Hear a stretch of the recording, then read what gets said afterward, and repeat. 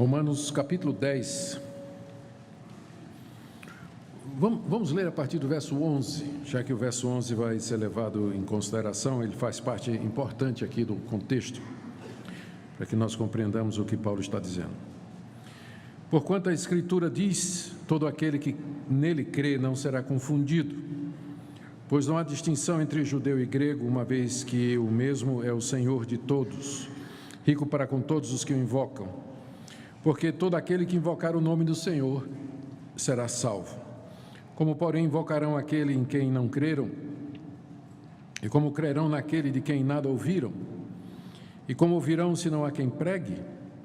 E como pregarão se não forem enviados? Como está escrito, conformosos são os pés dos que anunciam coisas boas. Vamos orar mais uma vez pedindo a iluminação do Espírito Santo, queridos, para a compreensão da sua palavra. Ó Deus, que teu bendito Espírito esclareça as nossas mentes na compreensão dessas verdades aqui reveladas por ti ao apóstolo Paulo, e que compreendê-las e aplicá-las ao nosso coração nos faça crescer no teu conhecimento. E se alguém aqui nessa noite que ainda não compreendeu o glorioso Evangelho de Jesus, que possa ser uma noite de transformação, de graça, de perdão e de libertação. É o que nós te pedimos em nome de Jesus. Amém.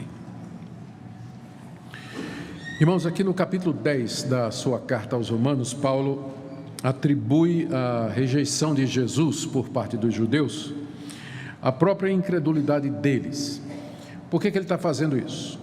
Essa carta tinha como objetivo angariar o apoio da Igreja de Roma para o projeto missionário de Paulo de ir até a Espanha, lá ao norte, em cima de Roma, e lá pregar o Evangelho aos espanhóis. Eles nunca tinham ouvido falar de Jesus, e Paulo queria pregar lá. Ele já tinha terminado as suas viagens ali pelo Vale do Ilírico, ao redor do Mar Mediterrâneo, durante 12, 15 anos, plantando igrejas nas principais províncias do Império Romano, e agora ele coloca os seus olhos lá ao norte, onde Cristo ainda não havia sido anunciado. Paulo é um missionário, ele é chamado por Deus para plantar igrejas, anunciar Cristo em locais distantes. Só que ele precisava do apoio das igrejas, e havia uma igreja que estava bem no caminho de Paulo até a Espanha, que era a igreja de Roma. Paulo não é o fundador da igreja de Roma, embora, como veremos no capítulo 16, ele conhecia muita gente que estava lá, provavelmente de outros lugares, e ele precisava receber o apoio e a confiança daquela igreja para ir como missionário àquelas regiões distantes, anunciar a Jesus Cristo.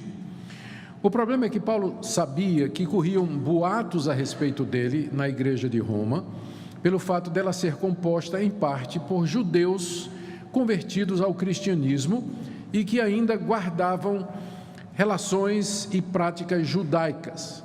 Judeus que tinham crido que Jesus é o Messias, mas ainda circuncidavam os filhos, ainda gostavam de fazer aqueles votos prescritos na lei de Moisés, guardavam a dieta religiosa dos judeus, o calendário sagrado, as festas de Israel, ao mesmo tempo em que professavam que eram cristãos. E esses judeus convertidos ao cristianismo, eles tinham dúvidas a respeito da mensagem de Paulo. Paulo já tinha se tornado notório e conhecido no mundo evangélico daquela época, no mundo cristão. E esses judeus tinham questões do tipo assim: por que Paulo prega contra a lei? Por que ele está dizendo que a lei não salva? Por que ele prega contra a circuncisão? Por que ele prega contra o templo? Por que ele diz que a nação de Israel não rejeitou ao Messias? E por que todas estas coisas? Paulo sabia que quando ele chegasse lá em Roma, ele ia ter que passar por uma sabatina, para responder todas essas questões, se é que ele queria receber o apoio da igreja para ser enviado como missionário. Então, a carta aos Romanos é quando ele faz a sua apresentação do evangelho que ele prega, aquilo que ele pretende ensinar lá aos gentios, e responde a estas questões. Ele antecipa a resposta que ele haveria de dar quando chegasse lá em Roma.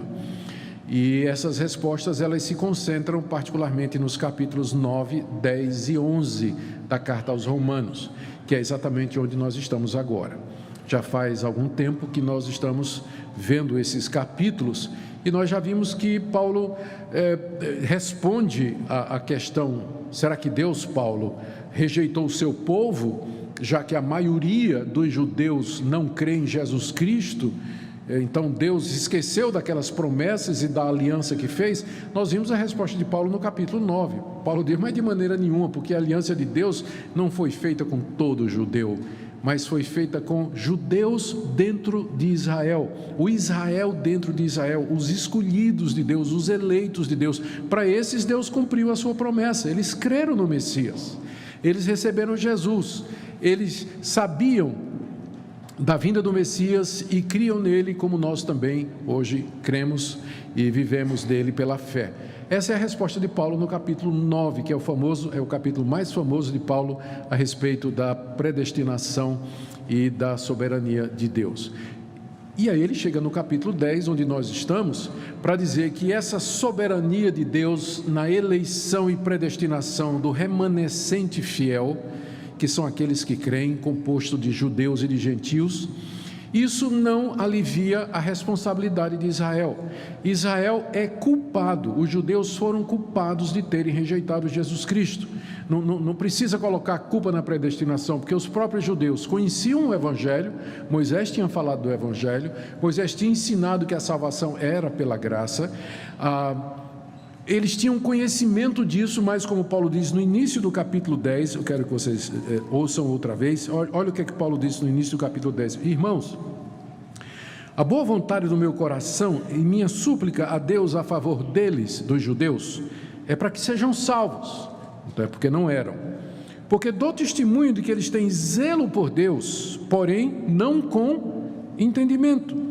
Porquanto desconhecendo a justiça de Deus, não é que eles não conheceram, desconhecer aqui significa desprezar. Eu não te conheço, né? Conhece, apenas está desprezando. É nesse sentido que a palavra desconhecer é usada aqui.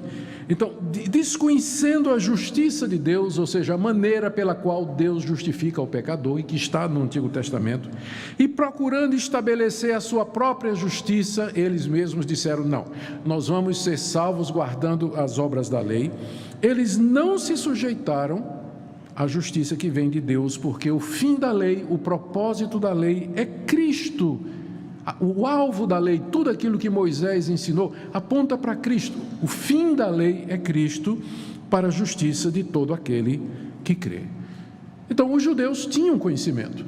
Tanto é que do verso 5 até o verso 11, que foi a passagem que nós vimos domingo passado, Paulo demonstra, a partir de trechos do próprio Moisés, que Moisés tinha ensinado que o homem é justificado pela fé. E que o evangelho que Paulo prega, na verdade, é o mesmo evangelho que Moisés pregou. Ou seja, que se você confessar, se você crer com o seu coração que Deus ressuscitou a Jesus dentre os mortos, e você confessar com a sua boca que Jesus Cristo é Senhor, você será salvo. E Paulo prova que Moisés ensinou isso, citando uma passagem em Deuteronômio, que foi aquela que nós vimos no domingo passado. A conclusão de Paulo, portanto, estava no verso 9, se então com tua boca confessares Jesus como Senhor e em teu coração creres que Deus ressuscitou dentre os mortos, serás salvo, porque com o coração se crê para a justiça, com a boca se confessa a respeito da salvação, porque a Escritura diz: todo aquele que nele crê não será confundido. Foi aqui que nós paramos. Paulo dizendo: a culpa é dos judeus, eles sabiam e eles rejeitaram.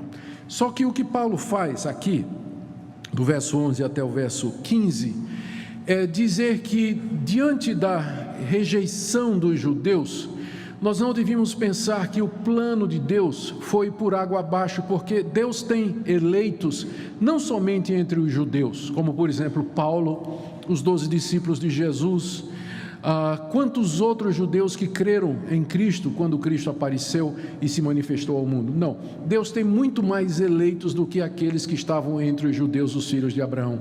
Ele tem também eleitos entre os gregos, entre os gentios, entre aqueles povos pagãos que nunca ouviram o Evangelho, e é preciso levar o Evangelho àquelas pessoas. E aqui Paulo volta à razão principal pela qual escreveu a carta, que é sacudir a igreja de Roma para se envolver nesse projeto missionário de levar o evangelho aos gentios. Então, aqui nessa passagem, Paulo tem 3 argumentos pelos quais a igreja de Roma deveria se envolver com esse projeto missionário de levar o evangelho àquelas pessoas que estavam distantes diante do fato de que a nação de Israel havia rejeitado o Messias. E o primeiro argumento está aí no verso 12. Não há distinção entre judeu e grego, uma vez que o mesmo é o Senhor de todos, rico para com todos aqueles que o invocam. Esse é o primeiro argumento de Paulo. Não há distinção diante de Deus com relação à maneira pela qual as pessoas são salvas. Deus não tem um plano de salvação para o judeu e um plano de salvação para o gentio, o grego. É o mesmo projeto, é a mesma forma. Eles são salvos absolutamente da mesma maneira. E por que é que eu afirmo isso? Diz o apóstolo Paulo. Note que o verso 12 começa com um pois, não é isso? Esse pois remete para o verso anterior. O que é que tem no verso anterior? Paulo tinha citado Isaías. O que é que ele tinha citado de Isaías? Isaías disse: todo aquele que nele crer não será confundido. Ou seja, o profeta Isaías tinha dito que qualquer pessoa que cresce em Deus e em suas promessas não seria confundido, ou seja, não ficaria frustrado, não ficaria decepcionado, mas alcançaria aquilo que Deus prometeu. Paulo então pega aquela expressão de Isaías, todo aquele, e diz no verso 12, que Isaías falou assim: todo aquele que nele crê não será confundido, pois Isaías sabia que não há distinção entre judeu e gentio. O próprio profeta já sabia disso, que não tem distinção. E na verdade não é só Isaías, todos os outros profetas, como nós vamos ver, Paulo cita pelo menos mais um para comprovar seu ponto aqui. Não há distinção entre judeu e gentio no que diz respeito à salvação. No que diz respeito à salvação.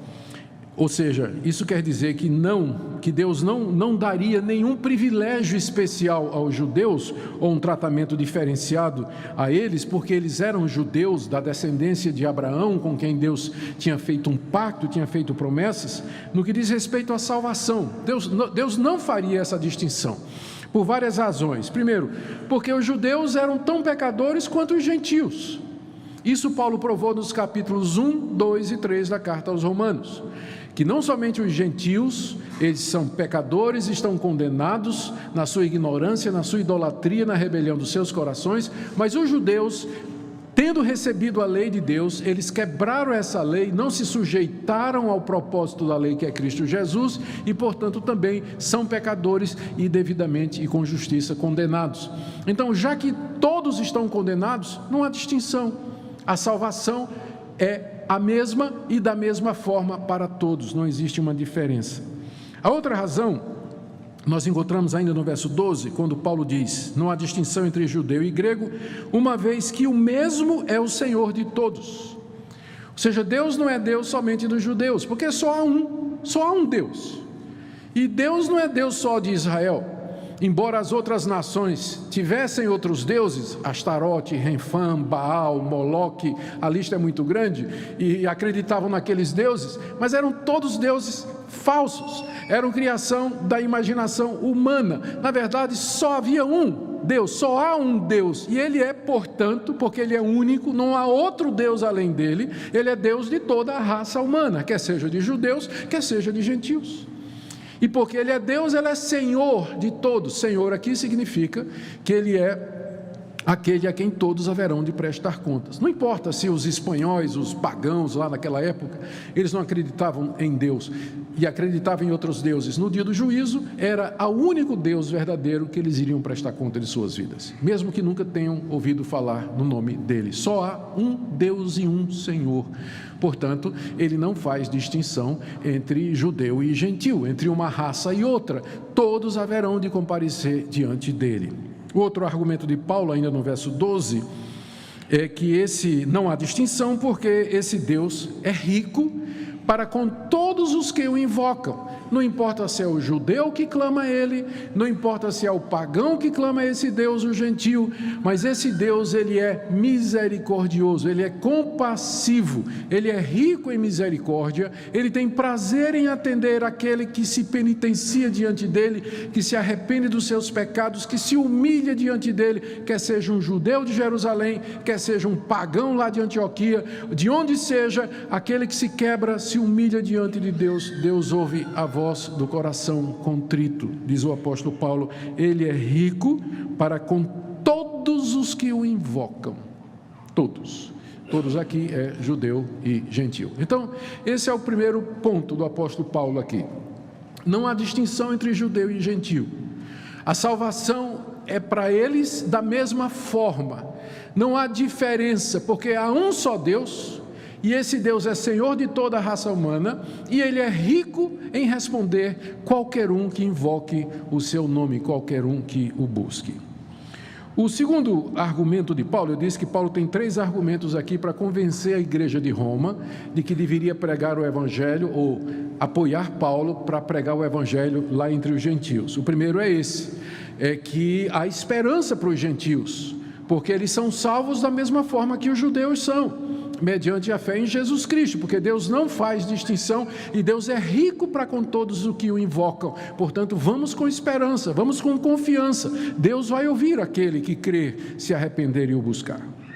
Segundo ponto de Paulo é que a salvação é mediante a invocação do nome do Senhor e, portanto, isso está ao alcance de todos. Esse é o seu segundo argumento, está no verso 13. Porque todo aquele que invocar o nome do Senhor será salvo. Mais uma vez, note a ênfase é na frase, na expressão todo aquele. Todo aquele. Você vê que no verso 11, ele citou Isaías, dizendo, todo aquele que nele crê não será confundido. E agora, ele está citando o profeta Joel, no verso 13, e a frase de Joel que ele cita é, todo aquele que invocar o nome do Senhor será salvo. Ou seja, Paulo está querendo provar, a partir do Antigo Testamento, lembre que ele está escrevendo para judeus em Roma, ele está querendo provar, a partir do Antigo Testamento, que a salvação dos gentios já havia sido anunciada pelos profetas. E que por isso a igreja deveria levar a palavra a todas as nações. Por quê? Porque todo aquele que invocar o nome do Senhor será salvo. Invocar aqui significa clamar, chamar por socorro, gritar em momento de necessidade, dirigir-se a Deus através da oração, e no caso mais específico aqui no contexto, invocar o nome do Senhor é invocar o nome do Senhor Jesus Cristo, como sendo a única base e esperança de salvação. Tipo, Deus, eu sei que eu sou um pecador, eu sei que eu estou perdido, eu sei que eu tenho quebrado a tua lei, eu não tenho nenhuma expectativa em mim mesmo do que eu possa merecer o teu perdão, mas eu invoco o nome de Jesus como meu Salvador, eu apelo àquilo que ele fez na cruz do Calvário, não me trate segundo o que eu mereço, mas segundo aquilo que ele fez por mim, eu invoco o nome de Jesus Cristo como sendo o meu único Senhor e o meu Salvador, a minha esperança nesse mundo. É isso que essa frase quer dizer, todo aquele que invocar o nome do Senhor será salvo. Paulo está citando essa passagem de uma profecia de Joel, e é uma profecia muito conhecida, é aquela profecia do derramamento do Espírito Santo. Joel capítulo 2 começa no verso 28, quando o profeta Joel disse, acontecerá que nos últimos dias, diz o Senhor, derramarei do meu Espírito sobre toda a carne. Você já vê aí o aspecto universal do Evangelho, né? Não só para os judeus, mas derramarei do meu Espírito sobre toda a carne. E quando isso acontecer, Joel diz, os velhos sonharão, os jovens terão visões, ele fala dos servos e das servas que profetizarão, ou seja, usa várias categorias para dizer que essa bênção seria uma bênção para todos, sem distinção nenhuma. E no final da profecia, no verso 32, começa em Joel 2:28, e no final da profecia 32, Joel diz, e acontecerá que todo aquele que invocar o nome do Senhor será salvo. Paulo pega só essa passagem aqui, e ele diz, E ele afirma: por que é que eu tenho que pregar aos gentios? Por que é que eu devo ir aos gentios? É porque Deus prometeu que todo aquele que invocasse o nome do Senhor seria salvo. Quem é que prometeu isso? Deus, através do profeta Joel. Em que situação? A situação do derramamento do Espírito Santo, que já aconteceu. O Espírito Santo já foi derramado sobre os judeus, depois derramado sobre os samaritanos, depois derramado sobre os gentios, finalmente sobre os discípulos de João Batista. Estou aqui citando aqueles eventos no livro de Atos, em que o Espírito Santo desceu sobre aqueles grupos específicos, ou seja, o Espírito Santo já foi dado a todos, a todas as categorias. Por isso, então, podemos afirmar com segurança que todo aquele que invocar o nome do Senhor será salvo, porque Deus assim prometeu e Ele já começou a cumprir essa promessa. Esse é o segundo argumento de Paulo. Aqui ele está ensinando, não há dúvida, de que a salvação é mediante invocar o nome do Senhor Jesus, que é a mesma coisa que ele disse anteriormente: crer com o coração e professar com a boca. Invocar o nome do Senhor Jesus é fazê-lo a partir de um coração crente, através de uma boca que publicamente declara o senhorio de Jesus Cristo. Os gentios podem invocar o nome do Senhor Jesus, como os judeus podem, e eles podem ser justificados e salvos, tanto quanto os filhos de Abraão. Mas para isso, é preciso que alguém vá pregar para eles. E aqui entra o terceiro argumento de Paulo, que está nos versos 14 e 15. Como, porém, invocarão aquele em quem não creram? E como crerão naquele de quem nada ouviram? E como ouvirão se não há quem pregue? E como pregarão se não forem enviados? Como está escrito: conformosos são os pés dos que anunciam coisas boas. Esse é o terceiro argumento de Paulo sobre a necessidade de pregar aos gentios, e para mim é indubitavelmente o mais forte. Paulo aqui estabelece esse argumento através de 4 perguntas retóricas que eu fiz para os irmãos. Como invocarão aquele em quem nunca ouviram? Como ouvirão em quem não creram? Como crerão naquele de quem nada ouviram? Como ouvirão se não há quem pregue? E como pregarão se não forem enviados? Com essas 4 perguntas retóricas, Paulo estabelece aqui, ele estabelece uma cadeia de eventos que começa com o envio missionário e termina com a salvação dos gentios. A cadeia é mais ou menos essa: Deus envia, o missionário vai e prega, os gentios ouvem, os gentios creem, os gentios invocam a Deus e os gentios são salvos. Ou seja, é uma corrente de eventos, está ligado, é uma cadeia de acontecimentos. Na ponta final está a salvação do mundo, e no início dela está o envio de missionários pela igreja. Ou seja, aqui Paulo estabelece uma relação inseparável entre salvação e pregação. Eu sei que muitas pessoas vão estranhar o que eu estou dizendo. Primeiro, parece que eu estou ouvindo: pastor, peraí, e aquela pessoa que se converteu lendo a Bíblia? Está dentro do que está aqui, porque uma Bíblia, quem é que levou para ela? Caiu do céu, no colo, a Bíblia? Alguém deu para ela, né? Ou ela achou de alguém, que recebeu de alguém, que foi enviado por alguém para traduzir a Bíblia e levar a Bíblia para todos os contextos.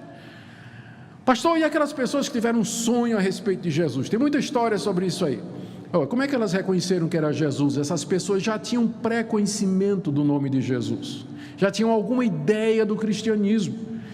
Ou seja, aqui você vê com muita clareza que não pode haver salvação se não houver pregação, ensino a respeito de Jesus.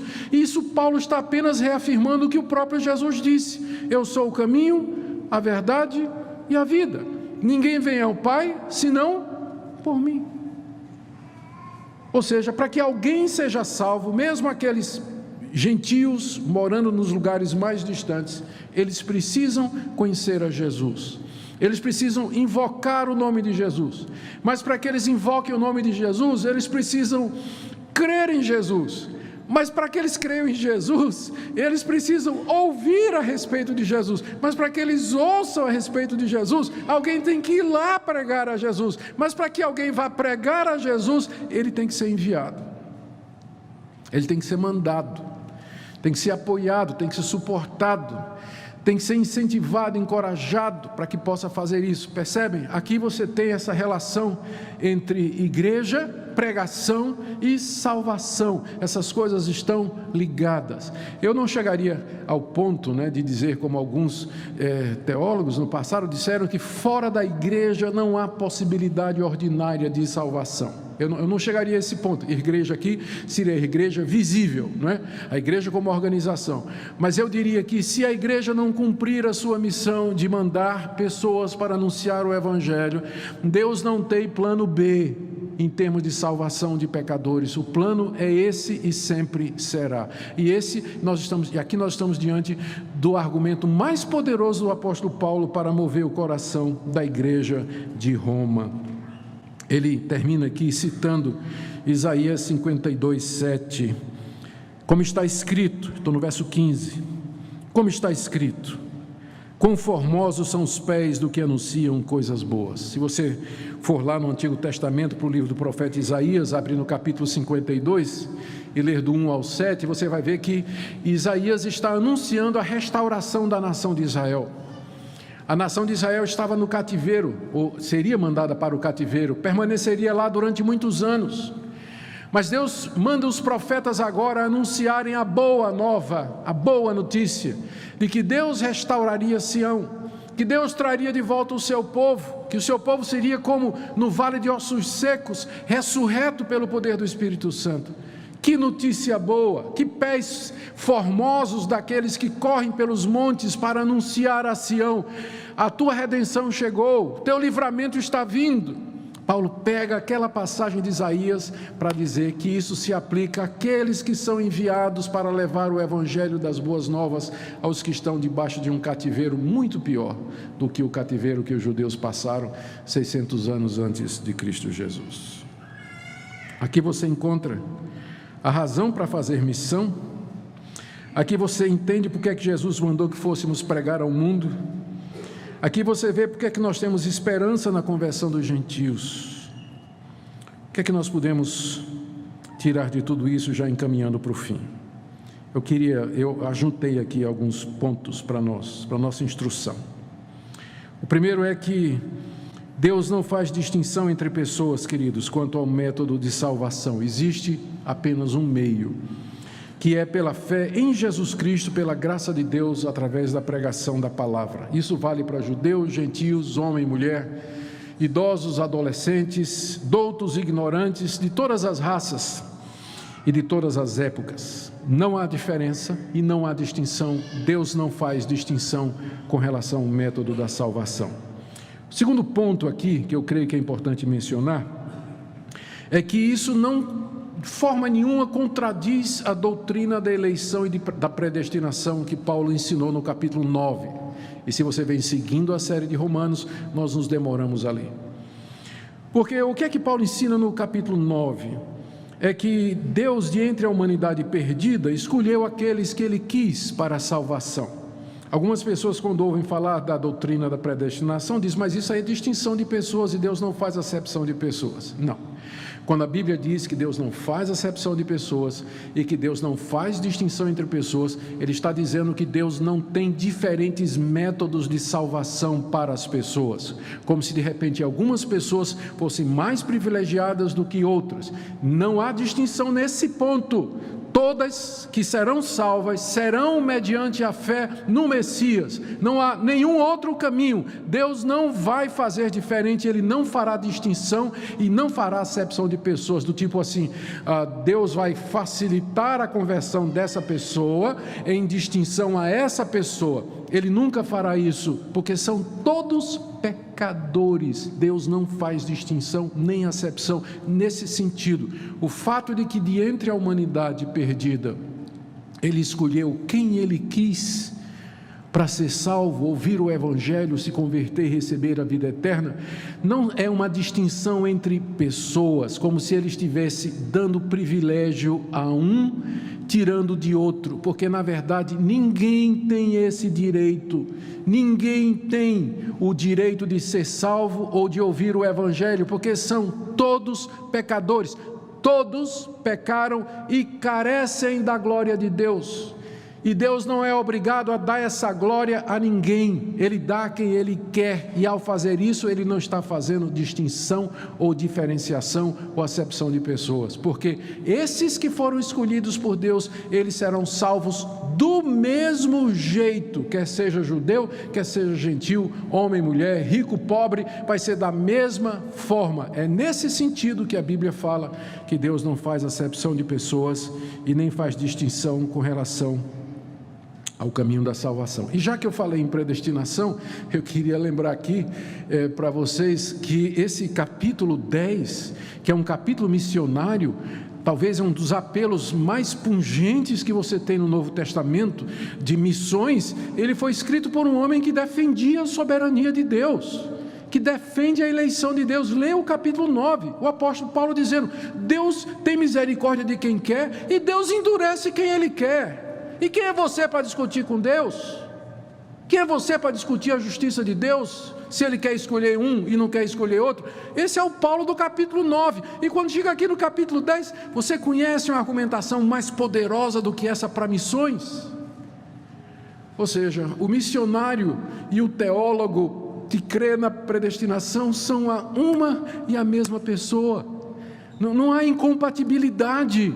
Na verdade, se você estudar a história das missões, você vai ver que os grandes missionários, eles criam na soberania de Deus na salvação, e era exatamente por isso que eles tinham esperança de pregar o Evangelho, porque Deus tinha eleitos lá fora.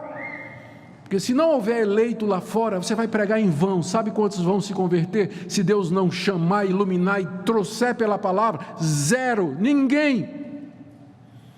Mas porque nós cremos na soberania de Deus e que Ele tem os seus eleitos, nós ficamos com aquilo que Deus disse a Paulo naquela noite, em que Paulo, desanimado lá em Corinto, Cristo lhe apareceu e disse: pregue e não te cales, porque eu tenho muita gente nessa cidade.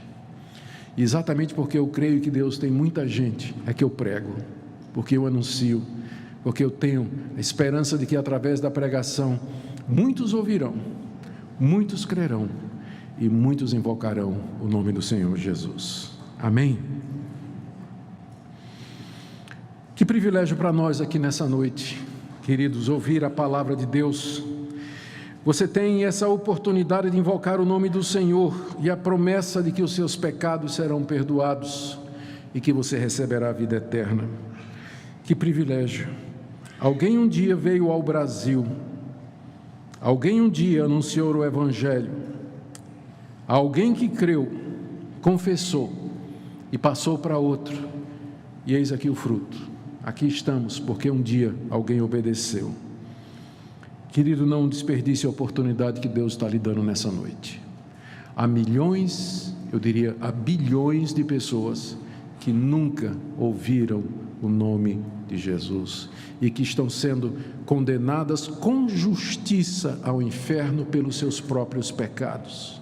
E você está aqui nessa noite ouvindo o Evangelho da graça de Cristo Jesus. E eu quero que você saiba essa noite que se você ouvir, você está ouvindo, se você crer e se você invocar o nome do Senhor Jesus, você não será confundido, você será salvo, seus pecados serão perdoados, você será justificado, feito uma nova criatura, entrará num novo relacionamento com Deus, sua vida vai ser nova. Nunca mais será a mesma. Não desperdice a oportunidade que Deus lhe dá essa noite, mas invoque o nome do Senhor Jesus e você será salvo. Oremos.